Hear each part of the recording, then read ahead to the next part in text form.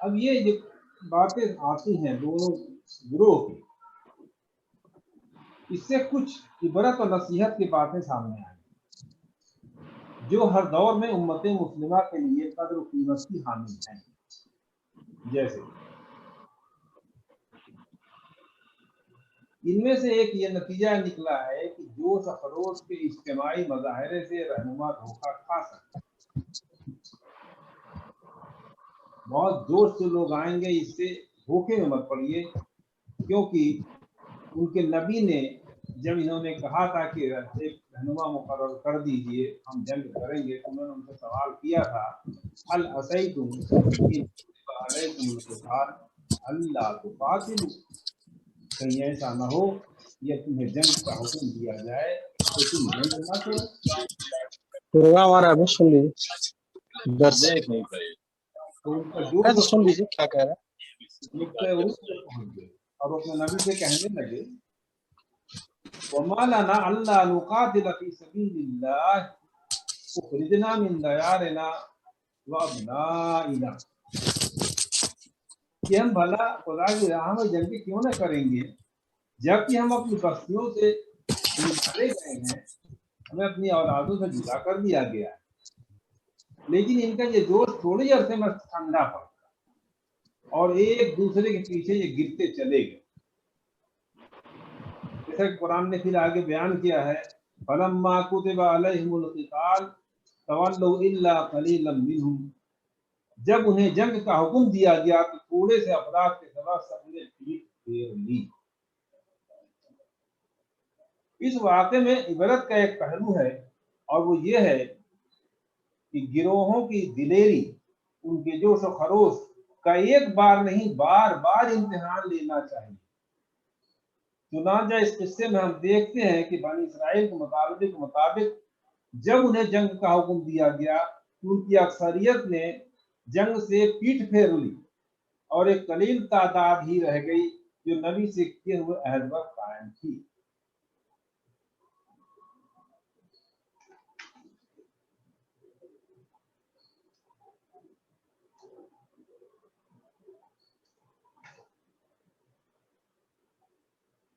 ایک گروہ تو شروع سے بھاگ گیا، تو پہلا امتحان میں تمام کے تمام گروہ کے کافی لوگ نکل گئے، اور پھر قرآن کہتا ہے فَلَمَّا قَتَلَ طَالُوتَ بِالْجُنُودِ، پھر جب طالوت لشکر کو لے کر روانہ ہوا تو اس نے لشکر سے کہا اللہ ایک ندی کے ذریعے تمہاری آزمائش کرنے والا ہے، اور جو کوئی اس ندی کا پانی پیے گا اس کا مجھ سے کوئی تعلق نہیں ہے، اور جو نہ پیے اللہ یہ کہ وہ اپنے ہاتھ میں لے کر چلو بھر پانی پی لے وہ میرا آدمی ہے۔ تو تھوڑے سے افراد کے سوا سب نے پانی پی لیا۔ یہ دوسرا اسٹیج آتا ہے، پھر امت نے دھوکا۔ نتیجہ کیا ہوا؟ تھوڑی تعداد بھی آخر دم تک ثابت قدم نہ رہی، ان کے حوصلے پست ہو گئے۔ پھر آگے قرآن کہتا ہے پھر جب طالوت اور اس کے ساتھ کے اہل ایمان نے ندی کو پار کیا تب وہ کہنے لگے، یعنی اب جو بچے تھے پھر انہوں نے بھی یہ کہا کہ ہم نے جالوت اور اس کے لشکر سے مقابلے کی ساتھ کی۔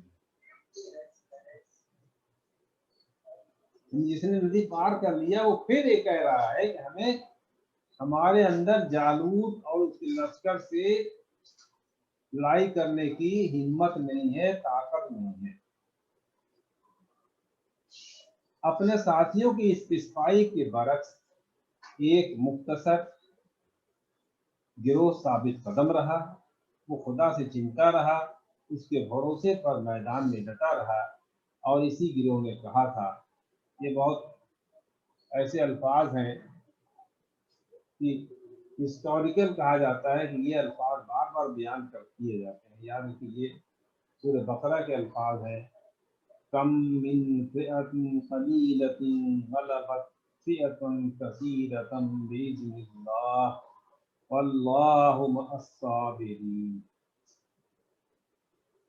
جب اتنے لوگوں نے ساتھ چھوڑ دیا تو اس گروہ نے کہا، اللہ نے ان سے کہلوایا کہ کتنے ہی قلیل التعداد گروہ کثیر تعداد والے گروہ پر اللہ کے حکم سے غالب ہوئے ہیں، اور اللہ ان لوگوں کے ساتھ ہے جو سب اور استقامت اختیار کرتے ہیں۔ یہ اصول بیان ہو گیا کہ اگر اللہ چاہے تو قلیل التعداد جو ہے کثیر تعداد پر غالب آ جائے، اور اسی گروہ کی بدولت بنی اسرائیل کا پلڑا بھاری ہوا اور یہ گروہ فتح سے ہمکنار ہوا۔ اب مومن قیادت کے بارے میں اسے بتایا گیا ہے کہ صالح دور اندیش اور مومن قیادت کیسی ہوتی ہے۔ طالوت کی قیادت میں یہ سب صفات پوری طرح ہے۔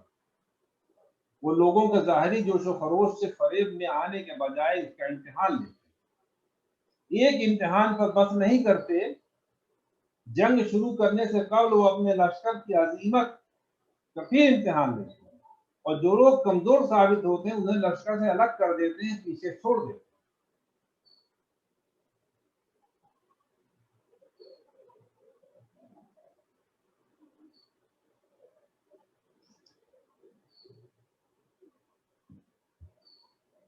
جن لوگوں نے صاف کیا تھا، جنہوں نے یہ کہا تھا کہ کتنے ہی قلیل تعداد گروہ اللہ کے اذن سے کثیر تعداد والے گروہ پر غالب ہوئے ہیں اور اللہ ان لوگوں کے ساتھ ہے، پھر اس گروہ نے اپنے رب سے لو لگائی اور یہ دعا کی۔ پھر اللہ تعالیٰ دعا سکھا رہا ہے، یہ دعائیں ہمیں پڑھنی چاہیے، یاد کرنی چاہیے۔ اللہ تعالیٰ نے دعا سکھائی، ربنا افرغ علینا صبرا،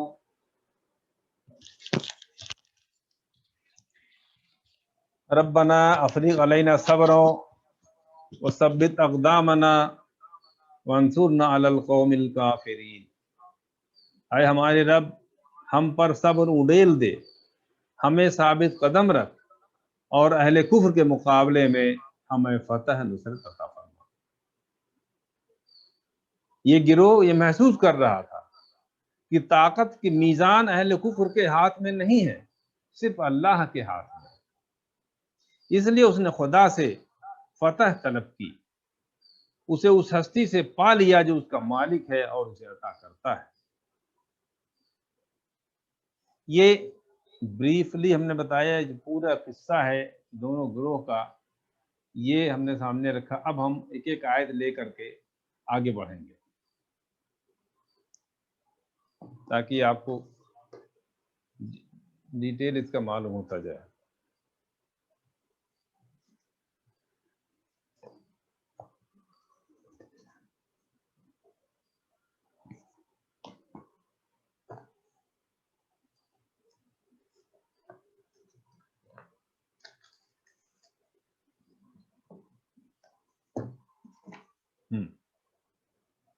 آیت نمبر 243، أَلَمْ تَرَ إِلَى الَّذِينَ خَرَجُوا مِنْ دِيَارِهِمْ وَهُمْ أُلُوفٌ حَذَرَ الْمَوْتِ، کیا تم نے ان لوگوں کے حال پر غور نہیں کیا جو نکل کھڑے ہوئے اپنے گھروں سے جبکہ وہ ہزاروں کی تعداد میں تھے موت کی ڈر کی وجہ سے۔ فَقَالَ لَهُمُ اللَّهُ مُوتُوا، تو اللہ نے ان سے کہا مر جاؤ، ثُمَّ أَحْيَاهُمْ، پھر اللہ نے انہیں زندہ کیا۔ یہاں موت سے مراد خوف اور بزدلی کی موت بھی ہو سکتی ہے، جو ان پر 20 برس تک طاری رہی۔ پھر ان کے نبی سیموئل تھے، ان کی کوششوں سے ان کی رنسا ہوا ہے، نشاط ثانیہ ہوا ہے، اللہ نے ان کے اندر ایک جذبہ پیدا کیا،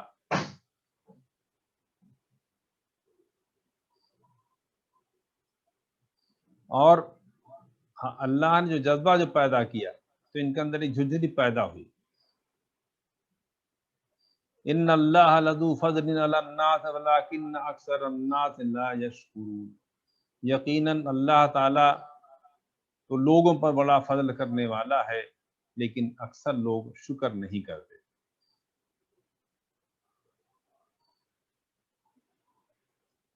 اب یہاں پر سابقہ جو امت تھی اس کے اندر جو غزوہ بدر ہوا، یعنی جنگ ہوئی تھی، اسے یہاں نام دیا ہے کہ ان کے ساتھ جو غزوہ بدر ہوا تھا، وہ اس کا حال بیان کرنے سے پہلے مسلمانوں سے گفتگو ہو رہی ہے، اس لیے کہ سب کچھ ان کی ہدایت کے لیے بیان ہو رہا ہے تاریخ بیان کرنا قرآن کا مقصد نہیں ہے۔ وَقَاتِلُوا فِي سَبِيلِ اللَّهِ وَاعْلَمُوا أَنَّ اللَّهَ سَمِيعٌ عَلِيمٌ، اور جنگ کرو اللہ کی راہ میں، خوب جان لو کہ اللہ تعالیٰ سب کچھ سننے والا، سب کچھ جاننے والا ہے۔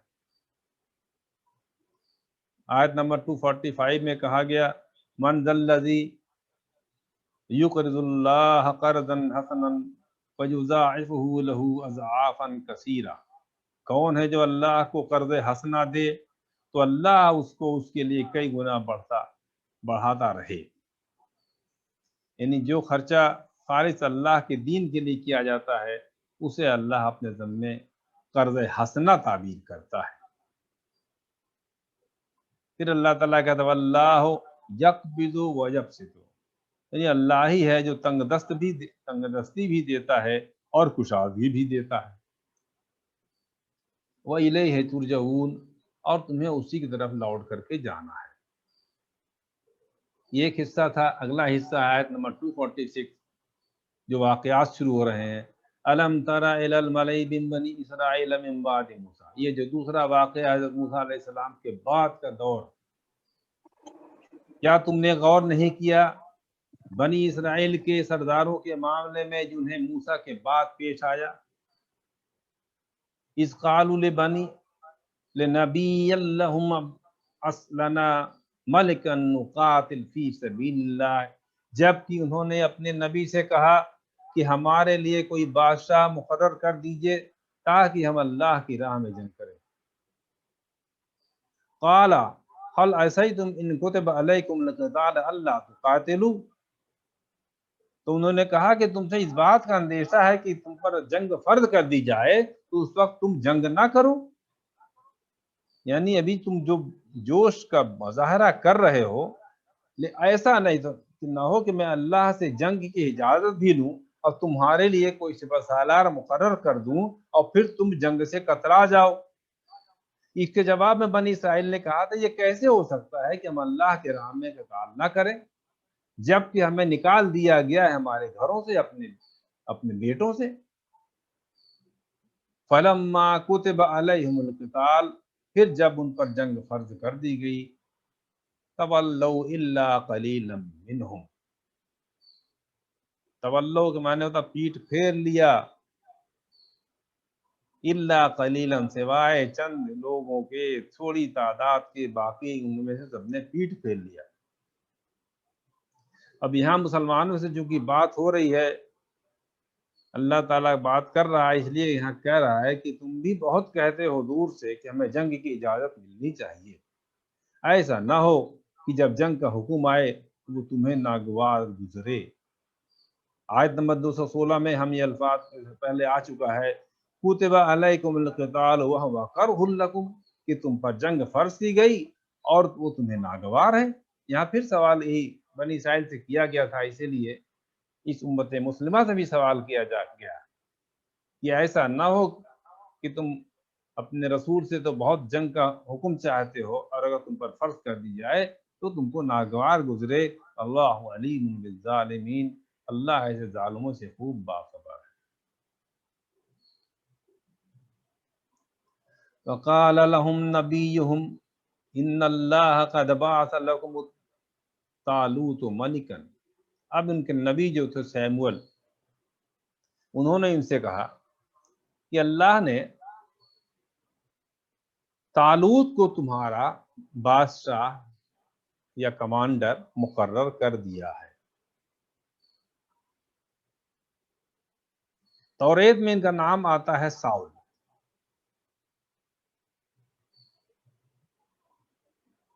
قالو، جواب کیا دیتی ہے قوم، انا یکون لہ الملک علینا، انہوں نے کہا کہ کیسے ہو سکتا ہے کہ اسے ہمارے اوپر بادشاہیت ملے، وَنَحْنُ أَحَقُّ بِالْمُلْكِ مِنْهُ، جبکہ ہم اس سے زیادہ حقدار ہیں بادشاہت کے، وَلَمْ يُؤْتَ سَعَةً مِنَ الْمَالِ، اور اسے تو مال کی بھی وسعت نہیں دی گئی ہے، یعنی وہ تو مفلس ہے، اسے اللہ نے تو زیادہ دولت بھی نہیں دی ہے، کیونکہ ان کے معیار کیا تھے کہ جو دولت مند ہے وہی صاحب عزت ہے۔ انہوں نے فوراً نے سوال کیا کہ طالوت کیسے بادشاہ ہو سکتا ہے، مفلس ہے، غریب ہے، وہ بادشاہ کیسے ہو سکتا ہے؟ پھر ان کے نبی نے کہا قال ان اللہ اصطفاہ علیکم،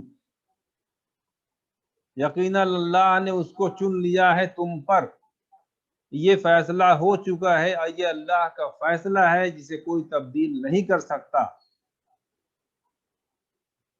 وزادہ بسطۃ فی العلم والجسم، یعنی اللہ نے اسے کشادگی عطا کی ہے علم کی بھی اور جسم کی بھی۔ وہ نہ صرف قداور اور طاقتور ہے بلکہ اللہ نے اسے علم میں اور فہم میں بھی کافی وافر عطا کیا ہے، علم بھی اور فہم بھی، اسے جنگ کے امور کی بھی واقفیت ہے۔ تمہارے نزدیک عزت اور سرداری کا معیار دولت ہے، مگر اللہ نے اسے ان دو چیزوں کے بنا پر چنا ہے۔ واللہ یؤتی ملکہ من یشاء، اللہ تعالیٰ جس کو چاہتا ہے اپنی بادشاہت دے دیتا ہے۔ واللہ واسع علیم، اور بہت وسیع علم والا ہے، سب کچھ جاننے والا ہے۔ اب آیت نمبر 248 پر آتے ہیں۔ وقال لهم نبيهم إن آية ملكه أن يأتيكم التابوت فيه سكينة من ربكم وبقية مما ترك آل موسى وآل ہارون تحملہ الملائکۃ۔ اب ان کا نبی نے پھر سمجھا رہا ہے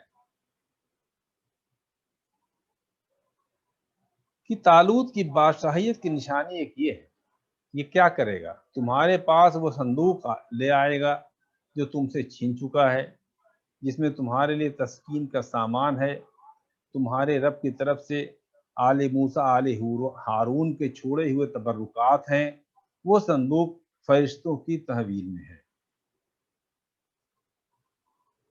یعنی طالوت کی جو بادشاہیت ہے، جو اس کی امارت ہے، اس کی علامت کو اس طور پر ہے کہ وہ صندوق تمہارے پاس واپس آ جائے گا۔ اصل میں یہ صندوق جو تھا یہ تابوت سکینہ کا لکڑی کا صندوق تھا، جس میں بنی اسرائیل کے انبیاء کے تبرکات تھے۔ یہودیوں کا دعویٰ ہے کہ یہ صندوق مسجد اقصیٰ کے نیچے سرنگ میں موجود ہے۔ انہوں نے بعض ذرائع سے فوٹو کرا کر اس کی فلم بنائی۔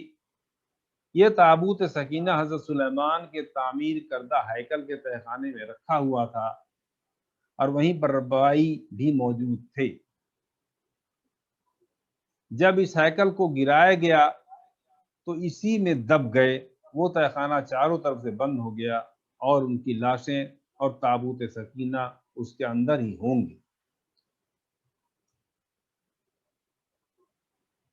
اس میں عصائے موسیٰ بھی تھا، اور وہ الواح بھی تھیں، وہ تختیاں بھی تھیں جو حضرت موسیٰ کو کوہ طور پر دی گئی تھی اور جن پر تورات لکھی ہوئی تھی۔ اس تابوت کو دیکھ کر بنی اسرائیل کو اس طرح تسکین ہوتی تھے جیسے ایک مسلمان کو خانہ کعبہ کو دیکھ کر ہوتی ہے۔ اسرائیلیوں کو جب ان کے پڑوسی ملکوں نے شکست دے کر کے تابوت سکینہ چھین لیا تو پوری قوم نے اس عظیم سانحے پر ماتم کیا تھا، اور اسے بنی اسرائیل سے ساری عزت چھن جانے سے تعبیر کیا تھا۔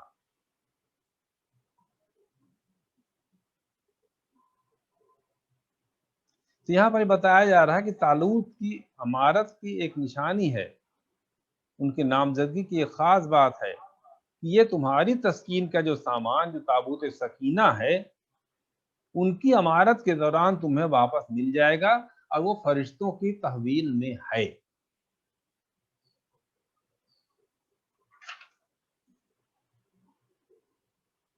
اب وہ طالوت اپنی فوجوں کو لے کر آگے بڑھتے ہیں۔ فَلَمَّا فَصَلَ طَالُوتُ بِالْجُنُودِ، پھر جب طالوت اپنے لشکروں کو لے کر چلے، قَالَ إِنَّ اللَّهَ مُبْتَلِيكُم بِنَهْرٍ، کہ اللہ تعالیٰ تمہاری آزمائش کرے گا ایک نہر سے، ایک دریا سے۔ فَمَنْ شَرِبَ مِنْهُ فَلَيْسَ مِنِّي، یعنی جو اس میں سے پانی پی لے گا وہ میرا آدمی نہیں، وہ میرا ساتھی نہیں۔ ومن لم یطعمہ فإنہ منی، اور جو اس میں سے پانی نہیں پیے گا وہ میرا ساتھی ہے، الا من اغترف غرفۃ بیدہ، سوائے اس کے کہ کوئی اپنے ہاتھ سے چلو بھر پانی لے کر پی لے۔ یہ شرط لگا دی کہ کون ساتھی رہے گا اور کون ساتھ کس کو چھوڑنا پڑے گا۔ چلو بھر پانی کی اجازت یہ اتنی تو دے دی گئی۔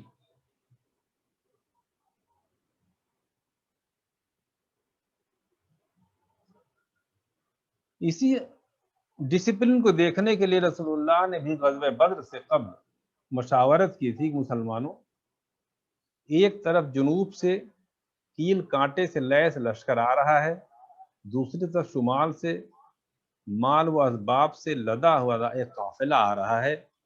اللہ نے وعدہ فرمایا ہے کہ ان دونوں میں سے ایک تمہیں سے مل جائے گا، بتاؤ کدھر چلیں۔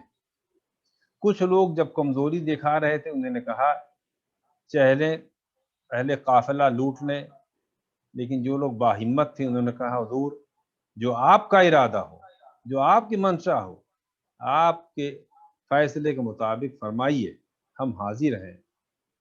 تو یہاں بھی طالوت نے اپنے لشکریوں کا ٹیسٹ لیا کہ وہ میرے حکم کی پابندی کرتے ہیں یا نہیں۔ ہوا کیا؟ فشربوا منہ، تو انہوں نے اس میں سے خوب جی بھر کا پانی پیا، الا قلیلا منہم، سوائے چند لوگوں کے، فلما جاوزہ ہوا والذین آمنوا معہ، تو جب دریا پار کر کے آگے بڑھنے طالوت اور اس کے ساتھی اہل ایمان، یعنی ایک اسکرین پہلے ہو گئی، جو پانی پی کے دریا کے چھانٹ دیے گئے، الگ ہو گئے، اب یہ دوسری اسکریننگ آ رہی ہے۔ جو پانی پی کر کے بے سود ہو گئے، ابھی اور اگلی اسکریننگ ابھی آئے گی پھر۔ اور اسی طرح غزوہ احد میں ہوا تھا، 1000 آدمی مدینہ سے نکلے تھے، عین وقت پر 300 افراد ساتھ چھوڑ کر چلے گئے تھے۔ اسی طرح جب طالوت اور اس کے ساتھیوں نے دریا پار کر لیا، اب اس میں سے پھر کچھ لوگوں نے کہا قالوا لا طاقت لنا اليوم بجالوت وجنودہ، کہ آج ہم میں جالوت اور اس کے لشکروں کے مقابلے کرنے کی طاقت نہیں ہے۔ جالوت کو انگریزی میں گولیت کہتے ہیں، یہ بہت بڑا قوی ہیکر انسان تھا۔ قال الذین یظنون انہم ملاق اللہ کم من فئۃ قلیلۃ غلبت فئۃ کثیرۃ باذن اللہ۔ اب وہ لوگ جو طالوت کے ساتھی تھے، جو اس بات میں یقین رکھتے تھے کہ انہیں ایک دن اللہ سے ملاقات کرنی ہے، انہوں نے کہا کہ اتنی مرتبہ ایسا ہوا ہے کہ ایک چھوٹی سی جماعت بڑی جماعت پر غالب آ گئی ہے اللہ کے حکم سے، تو تم آگے بڑھو، ہمت کرو، اپنی کم ہمتی کے ثبوت نہ دو، واللہ مع الصابرین، اللہ صبر کرنے والوں کے ساتھ۔ وَلَمَّا بَرْزُوا لِجَالُوتَ وَجُنُودِهِ، اور جب وہ مقابلے پر نکلے جالوت اور اس کے لشکروں کے۔ سورہ بقرہ میں 143 153 تو قالوا ربنا افرغ علینا صبرا، اب جب یہ لوگ مقابلے کے لیے نکلے تو انہوں نے دعا کی، اے ہمارے رب ہم پر صبر اڑیل دے۔ قالوا ربنا افرغ علینا صبرا وثبت اقدامنا، اور ہمارے قدموں کو جما دے، وانصرنا علی القوم الکافرین، اور ہماری مدد فرما ان کافروں کے مقابلے میں۔ یہ دعا گویا اہل ایمان کو تلقین کی جا رہی ہے کہ جب بدر کے موقع پر تمہارا کفار سے مقابلہ ہوگا تو تمہیں یہ دعا کرنی چاہیے۔ فَهَزَمُوهُمْ بِإِذْنِ اللَّهِ، تو انہوں نے مار بھگایا ان کو اللہ کے حکم سے۔ اہل ایمان نے اللہ کے اذن سے، اللہ کی مشیت سے دشمنوں کو شکست دی۔ وَقَتَلَ داؤد جالوت،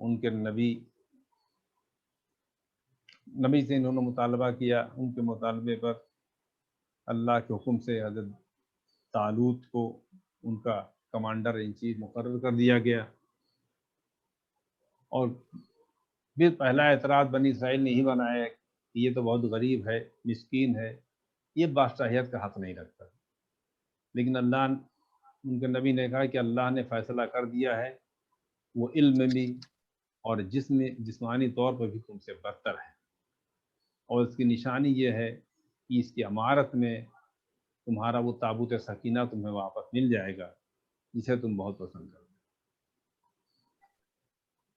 پھر جب ان کی فوج تیار ہوئی، پھر اس کا کس طرح امتحان لیا گیا، کس طرح راستے سے لوگ ہمت ہارتے ہوئے پیچھے ہٹتے گئے، اور چند لوگوں نے اپنی ثابت قدمی سے یہ اصول بنا دیا کہ کتنے ہی ایسے گروہ ہیں جو قلیل التعداد ہونے کے باوجود بڑی تعداد پر اللہ کے حکم سے غالب آ جاتے ہیں۔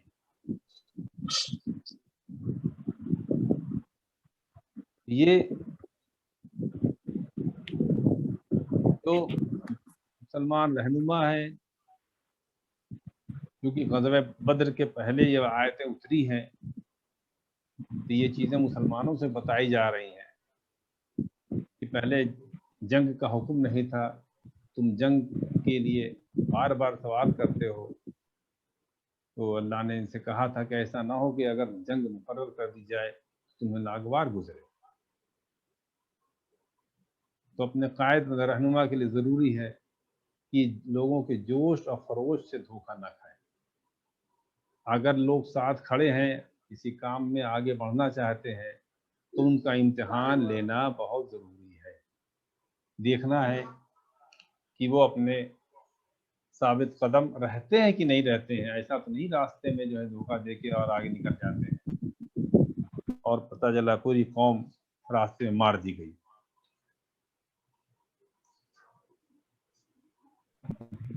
یہ بنی اسرائیل کا واقعہ تھا، یہ اس امت کو سکھانے کے لیے اللہ تعالیٰ نے بیان کیا ہے۔ اسی لیے کہہ دیا ہے کہ اللہ حضرت جبرائیل کے زبان سے یہ اللہ کی آیات ہیں جو ہم تمہیں حق کے ساتھ سنا رہے ہیں، اور اس میں کوئی شبہ نہیں کہ اے نبی آپ رسولوں میں سے ہیں۔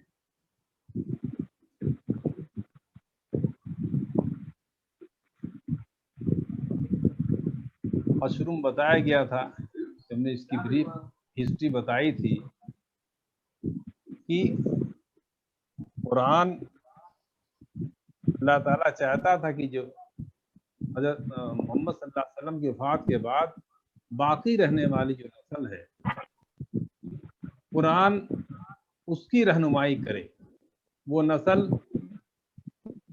اس قرآن کی رہنمائی میں اپنی زندگی گزارے، اور یہی قرآن امت کے مختلف نسلوں کو قیادت کرے، ان کی تربیت کرے، اور انسانیت کی صحیح رہنمائی کے لیے اور انسانیت کی قیادت کے لیے اس کی تربیت کر سکے۔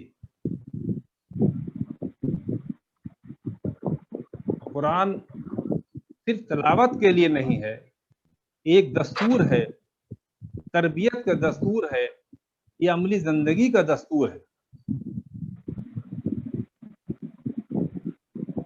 اور اللہ تعالیٰ یہ جانتا تھا کہ اس امت کے کچھ لوگ وہ سب کام کریں گے جو بنی اسرائیل نے کیے تھے، اس لیے قرآن نے بنی اسرائیل نے جو لغزشیں کی تھی اس کو بیان کر دیا، تاکہ امت ان سے نصیحت حاصل کرے اور اس آئینے میں جو اللہ نے اپنے ہاتھوں سے اس کے سامنے رکھا ہے اس میں اپنی صورت دیکھ لے، تاکہ وہ دوبارہ وہ لغزشیں نہ کرے۔ اور قرآن اسی وقت ہمارے لیے سود مند ثابت ہوگا جب ہم اس کو اس طرح پڑھیں گے کہ ہم آج کی اور آنے والے کل کی اپنی زندگی کے لیے اس سے اپنے لیے ہدایت کی جستجو کریں۔ جس طرح سے اولین گروہ جو صحابہ کرام کا تھا، اس نے قرآن کو ہاتھوں ہاتھ لیا تھا، اور اس آیت کو سورہ انفال کی آیت کو بھی یاد رکھیں، یا ایھا آمنوا استجیبوا للہ وللرسول اذا دعاکم لما یحییکم، اے ایمان لانے والو اللہ اور رسول کی دعوت پر لبیک کہو جب کہ وہ تمہیں اس چیز کی طرف دعوت دے رہے ہیں جو تمہیں زندگی بخشنے والی ہے۔ یہ کل آیت نمبر 243 سے لے کے 252 تک کی یہ تفسیر ہے جو سید قطب ڈاکٹر اسرار احمد سے لی گئی تھی اور جو آپ کے سامنے ہم نے پیش کی۔